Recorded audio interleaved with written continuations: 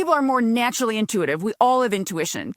And it could be social conditioning. I'm not exactly sure. I think some people may have been given the gift or may come in with less internal chatter, left brain chatter, so that they're able to sort of clear that intuitive channel so that it's not as difficult.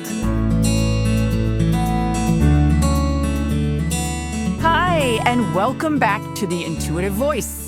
I'm Martha Arnett. And I'm Angela Huebner. And we are diving into the question, why are some people drawn to intuition and others just aren't? We are exploring the layers underneath that today. We're going to talk about how we're raised, what we are taught to trust, and how things like trauma, culture, and timing all play a role. So whether you've always felt connected to your inner knowing or you're just starting to wonder if it's even in there anywhere, this conversation is for you. So Angela, hello. Hello, my friend. Hello. Hello. I think this is such a good topic for today. Yeah, we love talking about this. Well, you said before we got on, we had this conversation at my kitchen counter, and we thought, wouldn't this be a great topic to bring to the pod?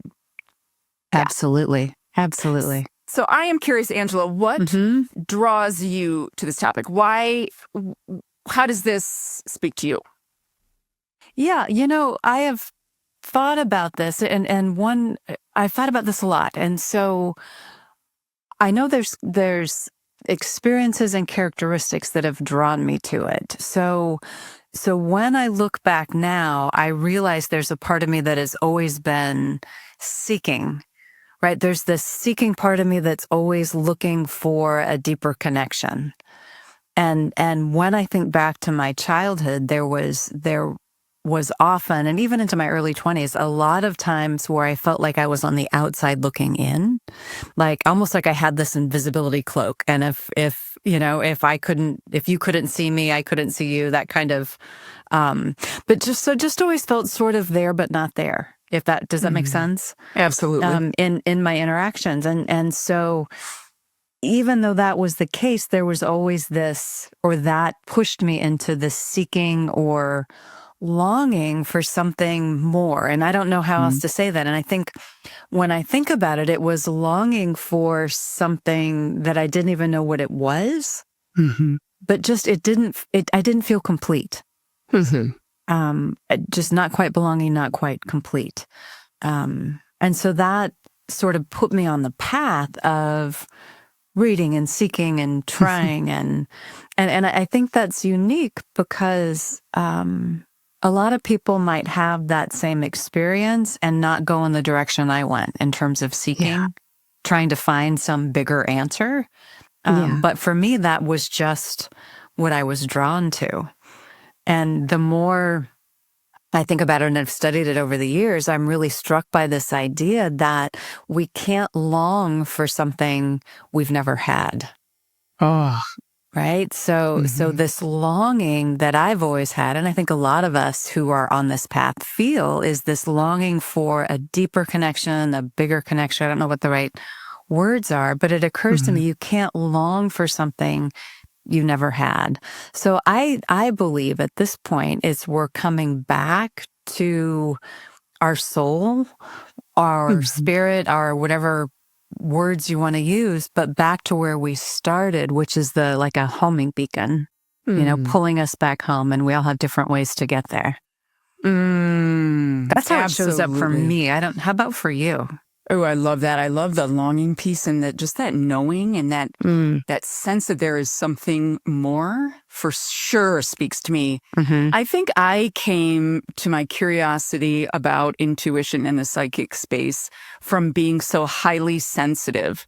So I'm super highly sensitive person. We'll talk about HSPs as the podcast goes on, because there is some connection to HSPs and just the clarity of the intuitive channel for sure, as well as I'm highly, highly empathic, meaning that I pick up on how other people are feeling. So Yeah. being this child, right, that was super highly sensitive, meaning sensitive to lights and sounds and people's feelings and the environment and smells and just so many things. And then also being around people and picking up on what they were feeling. It was a very, very confusing childhood and adolescence, because I guess I didn't even know what was theirs and what was mine until I was older, right? And so I just had all of this incoming information, which is probably why I was so drawn to roaming the woods by myself or being with my animals or things like that, so that I could sort out what was mine. I didn't realize I was picking up on everybody else's, but I remember at a young age being really drawn to the metaphysical section in the bookstore. It wasn't called that then. I'm not sure, probably self-help or something, but just reading every single book and looking for and seeking again that something was speaking. I needed something to validate my knowing that there was something beyond the physical, because I was having all these sensory experiences, hearing things, seeing things. And so I knew there was something beyond the physical. I wasn't raised in a religious manner per se. We went to church every now and then at one point we hosted Quaker meetings in our barn. Like we were just kind of did different things. So there was a little talk of what was beyond the physical, but mostly it just came from my knowing. And then as I got older into my 20s and I lived in Philadelphia, I remember just camping out at this bookstore on the floor and going through every single metaphysical book. And then I found this book. It was called Mutant Message from Down Under or something. That book changed my life. It was about a woman. It was a true story. She walked across Australia with the Aborigines, and she didn't know what they were doing, but no one was talking. And then one day, as it was I don't know if it was several months in or a month in or something, all of a sudden she starts to hear their conversations. She got onto their channel. Have you ever read that book? No, but it's going to be on my list now. Yeah, I wish I should have looked that up beforehand. I didn't know I was going to mention that, but that was the game changer for me. I was like, wow. Yes, at least that was my first little drop in, oh my gosh, there is something happening here that I'm already tuning into, but I didn't know what it was. Well, so I think there's I'm just thinking about similarities and differences in our experience, and definitely as you're talking about picking up on everybody else's emotions, I definitely was doing that, and I think for me it was more confusing because, again, part of that was just family dynamic, Midwest, whatever, lots of reasons that it played out that way. But I felt like I was picking up on what was happening for everybody else, but nobody was asking me what was going on for me. And so I think that was part of the feeling invisible, or just that's not something we talk about, or that's not something people are interested in. The other ironic, if that's the right word, thing is my family was very religiously active. And despite that, we didn't have conversations about actual experiences of God or metaphysical or, like the things that are the mystical part of Christianity in my case. So it was confusing. It was confusing about I'm feeling all this stuff, I'm picking up on all this stuff, but nobody's talking about it. And when I do manage to mention it, I get looked at like I've got four heads. So I just stop talking and I keep watching, and then I feel farther out. And then I start looking other places to try to figure out what's going on. But that longing was always there. And that's where, honestly, there's a part of me that's jealous of you, of like, oh, I just always knew. Yeah. I'm like, well, that would have been nice. Oh, I don't think I always knew. I think what you're saying really deeply resonates with me too. And I bet it resonates with so many listeners around. I love how you described how you had all this going on, but because no one was really asking you, you didn't quite know where it was coming from or what to do with it. And that's exactly my experience. Okay. Even though I describe it like I did know that I was feeling a lot of things and sensing a lot of things, I didn't really know what to do with it. And I didn't really know where it was coming from. So I think that's going to speak to a lot of people. I think so too. Yeah. And I think it's the longing and the ability to say, I'm going to track this down. right? So you looked at books. I started looking at books, started going to retreats, started doing, after the academic route, started looking and allowing in other ways of knowing. It's that seeker, right? That says, I'm going to figure Yes. this out. Even if I didn't broadcast that, it's like, no, Yes. I'm quietly going to try to put these pieces together and figure out what's what. Yes. I love that when you say that academic route. I definitely, and I think that's part of why a lot of folks, kind of disconnect from their intuition and then come back, or if they come back, if they're interested in it at all, is because so much of the social conditioning is around what our intellect knows. So, Yes. right? My sister has a PhD. My dad is all but his dissertation in his PhD. My mom is all but her dissertation with her PhD. I mean, it was definitely encouraged. It was like, Martha, are you going to go get your PhD? And I have to say this, I am proud about myself. I listened. So I got my MSW and I was a therapist. And then I was like, okay, what's next? And I was like, my mom was like, you should get your PhD. And I was, well, I could get my PhD. But then when I really deeply listened, there was a part of me that was like, you know what? I'm here to be a healer. Yeah. And I don't think learning more in that way is going to help the people that I want to help. Yep. So I felt like I tuned into a channel there for me, really deeply listening. And that speaks to the next thing, Angela, I think we come in with a personality and possibly like a soul wiring about whether we're drawn to being interested in reconnecting with our intuition or with the metaphysical at all in this lifetime. Say more about that. Say more about that. I think some people are just more naturally. I don't think some people are more naturally intuitive. We all have intuition. And it could be social conditioning, I'm not exactly sure. I think some people may have been given the gift or may come in with less internal chatter, left brain chatter, so that they're able to sort of clear that intuitive channel so that it's not as difficult, because maybe some people, you know what I mean? So maybe there's some soul wiring in terms of, we've talked about this. I do believe in soul age. I believe there's younger souls, older what does souls. It mean? Describe that. What does that mean for our listeners? So I was telling younger you, I read souls, this book souls. I read this book by Ainsley McLeod. You and I both had sessions with him on the phone. He was on Oprah. He was on Ellen. He was a really interesting guy, but he wrote a book called The Instruction Manual, I believe it's called. And he talks about soul age, from 1 being the youngest souls to 10 being the oldest souls. And it's not like, and you can go from 800 to 1,000 lifetimes. And the younger souls tend to be more religious, a bit more conservative, blah, blah, blah, blah. And as you move on, your soul tends to be in the middle. You've got no connection to, usually you have no connection to religion. And then as the soul moves on, you become more and more spiritual and, more connected to your intuition. And so then when I talk about soul wiring and personality, it just kind of feels like maybe that's a part of it. Your soul age might be, might lend to the clarity of your interest in connecting to your intuition this lifetime. That's just a theory. I like that theory. And I also, I think this comes from Buddhism, but there's this word called prarabdha, which is your soul's path. And so one of my teachers talked about everybody has their own soul's path. Right. Everybody has their own prarabdha. And you can think about that as what's your purpose in this lifetime? What's your purpose?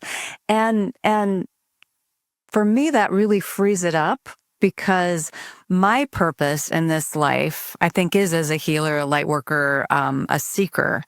But for somebody else in my family, in my community, that might not be what they're supposed to do this time around. That's right. And so that gets us out of that, I'm doing it right, you're doing it wrong kind of thing. It's no, this is what you signed up for before you got here, because this is what you need to learn this time around.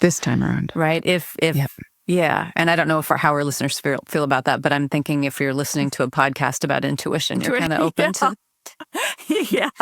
We're going there. Yeah. So that idea of everybody's got their own path, and sometimes I'm invited into other people's paths, especially my clients, right? And that's part of the deal. Or other people, they're not interested. That's not their gig. Okay. That's not what they're supposed to be doing this time around. That's fine. That's great. That's fine. Yeah. That's right. That's right. So I agree with you about that kind of personality, soul age. What's your purpose here now? Yeah. So many people are driven to answer that question. What is my purpose? Yeah. Yeah. You know, interestingly, I've read more and more about the second half of life because I'm there. Yeah. Me too. Yeah. Yeah. But Richard Rohr talks about, who's a contemplative, talks about the first half of our life is spent building the container of our life. Mm-hmm. And so that's going to be, how do I get my education? How do I find out who I am? How do I get a job? How do I, find security? Those kinds of things. And then so that's building the container. The second half of our life is figuring out what to put in it. Oh. Which I think is sort of what we see at midlife. Like, we've done all the things, we've got all the stuff, like, and now what? Yes. Yes. So now what really matters? Now, what do I want to fill it with instead of just being this shell of stuff? That's exactly right. Often I had studied midlife a lot last year and the year before when I was working with a lot of clients that were really, working with challenges around midlife issues. And I think that brings up another reason or another really great draw that people have when they become interested or are drawn to reconnecting with their intuition or even being curious about it. It's about timing, right? It's about the time of their life. Yep. Yeah, midlife being a big one, or a job loss, or a relationship loss, which often happens in midlife for folks, right? They've raised their kids. Now it's time to find another relationship. So I think of timing. Being a big one. Well, and we were talking before about timing and crisis. Sometimes it's I've exhausted every other possibility. Right? Yes. We talked the, flat out on the bathroom floor going, I don't know what else to do? Somebody help me. Yes. So sometimes we fall into this because, like I said, we've exhausted every other option. And it's sort of that letting go of control and finally surrendering to doesn't have to be this hard, but it's only this hard if I keep trying to do it alone. That's right. Right. But then we get the cultural messages of, well, you're only, you have to do it alone. You have to strive. You have to be we're rewarded for doing it alone on some level. Right. But it's exhausting. Yes. Exhausting and not sustainable, I don't think, for the long term, not with meaning and any kind of contentment or satisfaction. Yes. With your life. Yeah.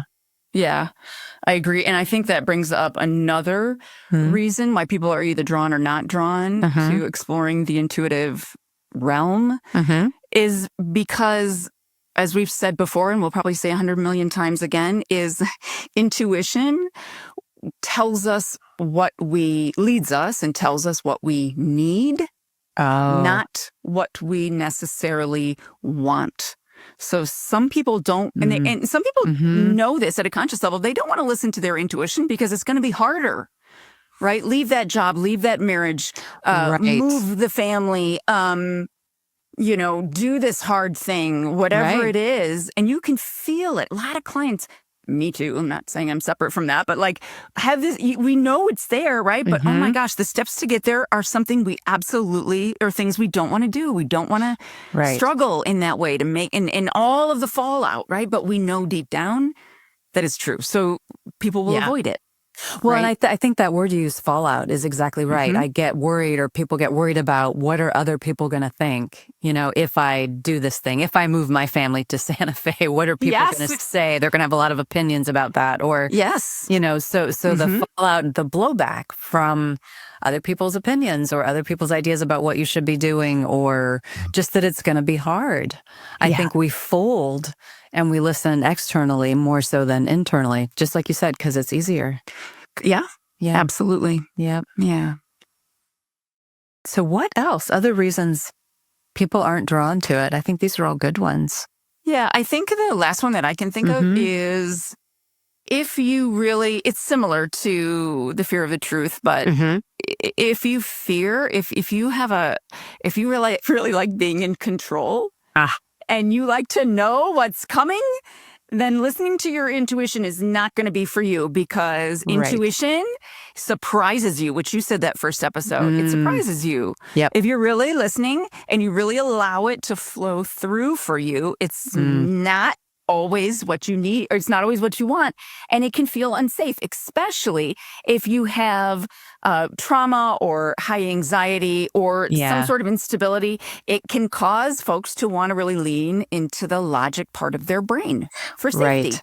That's Very right. understandably, right? And as we've talked about before, that's Yeah. all good. There's nothing wrong, no shame or blame with that. It's just good to know, right? Like, okay, you know what? I'm relying on my intuition because I don't feel safe in this situation or in this decision. Okay, use your brain to sort it out, right? And that might be exactly what your soul, back to soul lessons, needs to do. Might be. Right. One of the conversations I have with clients a lot is helping them discern the difference between uncertainty and unsafe. Uncertain versus unsafe, right? Because our brain is wired to take anything that's uncertain out, that we don't know the ending to, and code it as dangerous. Which sort of makes sense, right? Because if you did things you didn't know what were happening on the Sub-Sahara, right? And you wandered away from your tribe, you probably were going to fall off a cliff or get eaten by a saber-toothed tiger or whatever, right? Yeah. So our nervous system kind of automatically goes into uncertainty equals danger. Right? And so I think we often assume that with intuition, but I encourage people to back it up and say, okay, is this just unfamiliar or is it actually scary? Right. So I love that, Angela, and we're gonna lock that down as the tool of the week. Oh, I like that. So that very question is our tool of the week. So if you come in, right? So can you say just like lay that out for folks? So notice when you're becoming fearful and more constricted, when something is uncertain. Yeah. Right. So when something is uncertain, can you slow down,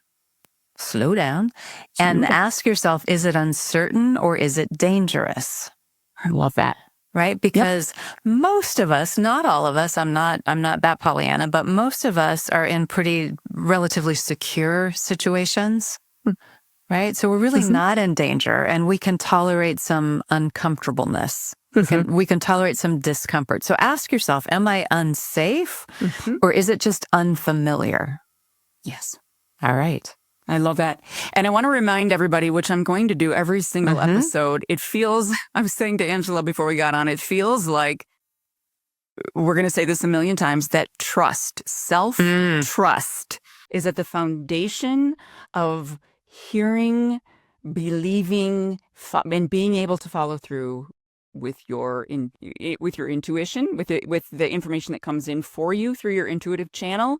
And so hopefully this podcast is going to help people begin to trust themselves in this area and realize they're actually already doing it. That's what I think it's really going to speak to, right? Like, absolutely. Everybody has it, first of all. If you have a pulse, you have intuition, and everybody is already receiving the messages. It's just, maybe tuning it so it gets a little bit clearer, maybe clearing out some of the static. But I think questions like the ones you just posed are going to be really helpful in helping people sort of clear out some of that confusion. Yeah. In fact, feedback I've been getting already from people that have listened to the podcast have said, oh, that's what that is. I've actually been doing it a lot longer than I thought I was. I just, kind of like me, I wasn't calling it that. I'm like, yes. Yeah. That makes me so happy. Yeah. Oh my gosh, I love it.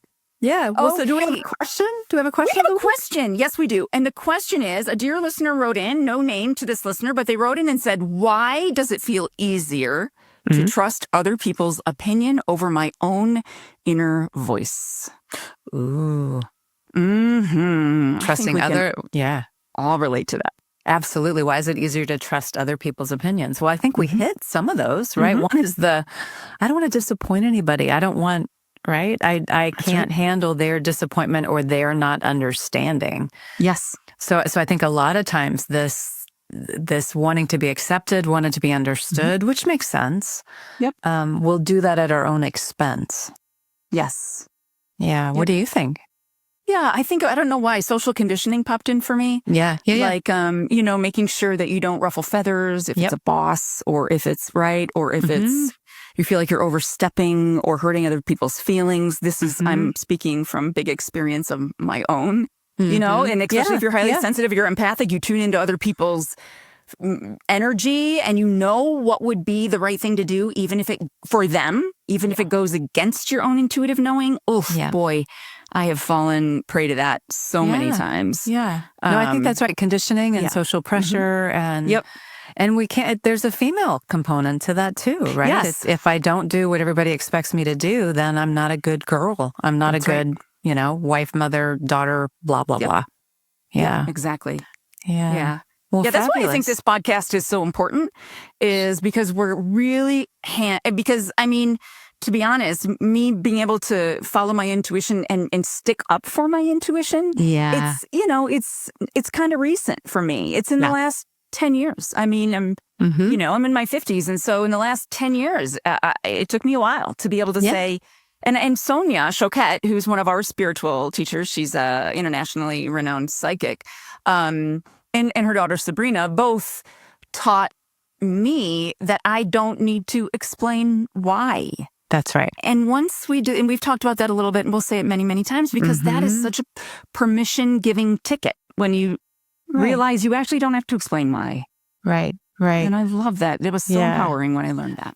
And that, I also learned that from my grandmother Ruby. I don't know if I said that in the first episode. You did. But Grandma Ruby's take was, she'd always say, you don't have to say all you know. All you know. I like that. You don't have to say all you know. You don't have to say all you know. Right? I love that. That has saved me more than once, right? But it's sort of letting go of that. Everybody needs to understand and be on board too. You don't have to say all you know. That's right. Okay. Yeah. Oh my gosh. Yeah. Okay. So Martha, what do you have coming up? What's going on for you? What openings do you have? What's happening in your world? Oh, yeah. Thank you for asking. Yes. I have a new website, which I'm very excited. It's marthaarnett.com. And my lovely designer and I have created a beautiful space on there. And I have a couple of openings for soul readings. Those are 1-hour sessions with clients. Yeah, those are juicy opportunities for us to really dig into some questions that they bring and maybe some challenges that they're walking through. I also have a really cool new, I'm very excited about this, offering that is a Voxer offering. And Voxer is a free walkie-talkie app where they will have access to me. It's like having your own intuitive on call. And they'll have access to me 4 days a week from 11 a.m. Eastern time to 6 p.m. Eastern time, Monday through Thursday. So if you're walking through something and you get that for a month, so you sign up for a month. So I'm very excited about that because I love chatting with people and walking them through challenges and questions, or if they're working on something or building something in their life that they want support around. So that I'm really excited about. Yeah. That's great. Aren't there courses on your website too? Oh, yeah. I have courses. I have courses about how to access your intuition. I have freebies. I have a really great freebie called the 5-Day Intuition Challenge. I love that. It's all free. You get a PDF, like 24-page PDF or something that helps you, takes you through. It's fun little exercises like kind of a psychic for a day. There's one that's about mini decisions, like different things that will help you attune your body to the frequency of your own personal intuitive channel. So, and then I have other courses too on there. People can look. It's in the course program section on my brand new beautiful website. Fantastic! It is beautiful. Yeah, it is beautiful. Thank you. How about you? What do you have going on, Angela? Well, so right now I have been running around doing some internal family systems workshops, trainings for different agencies, different groups around the country. So I'm doing a little bit of that. I don't have a lot of open spaces in my therapy practice right now. It's pretty full. But I do have a wonderful book out called Jailbreak. Yes, you do. And it's called The Making and Breaking of Our Invisible Prisons, and it's available on Amazon. So if you want to have, it's a self-help book. It talks about IFS. It talks about development, kind of how we get wired in the way that we're wired, and then some tools and ways to sort of try to get yourself out of it. So I would encourage people to check that out. Oh, yeah. It is a brilliant book. I remember sitting on my couch and crying with a couple of your stories that are in there. Yeah. It's a very powerful book. So I'm so glad you mentioned that. Yeah. Thank you. Yeah. All right. Well, I think we got it. I think we are. We're at the Yeah. end of another one. Thank you so much for tuning in. And we're Thank so you, grateful everybody. you are here. Yeah. See you next time. See you next time.